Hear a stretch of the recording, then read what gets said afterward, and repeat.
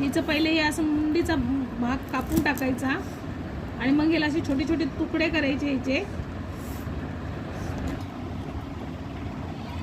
हे माझे झालेले आहेत कापून. हे बघा मी असे पीस केलेले आहेत त्याचे, छोटे छोटे पीस आहेत. आता याला मी गरम पाण्यामध्ये टाकते.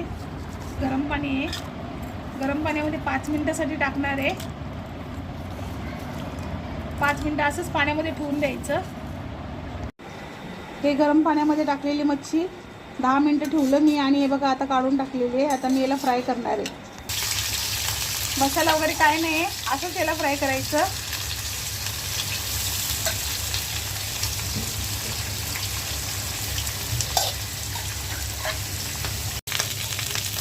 हे बघा बस एवढंच फ्राय करायचं आपल्याला या मच्छीला, जास्त वेळ काय फ्राय करायचं नाही आहे. हा एक कांदा बारीक चिरलेला आहे. कांदा भाजत आलेला आहे माझा. टोमॅटो टाकते. मी वाटण टाकते. वाटणची रेसिपी आहे माझ्या चॅनलवरती, तर तुम्ही बघू शकता. जाऊ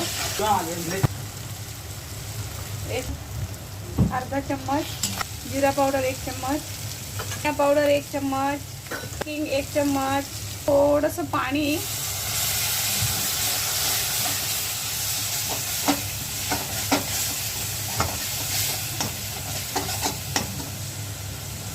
आलेलं आहे. आता मी तिखट टाकते. तिखट मसाला आहे, 1 चमचा टाकते. पाणी, गरम पाणी आहे, ती फ्राय केलेली टाकणार आहे. मच्छीला मिक्स करून घेते आणि आता याच्यामध्ये गरम पाणी टाकणार आहे. हे गरम पाणीच आहे. हे बघा झाली माझी मच्छी, मस्त शिजली पण आणि तरी खूप पण मस्त आलेली आहे. अशी रेसिपी तुम्ही पण करून बघा सुक्या मच्छीची. ह्याच्यावरती कोथिंबीर पण टाकू शकतो.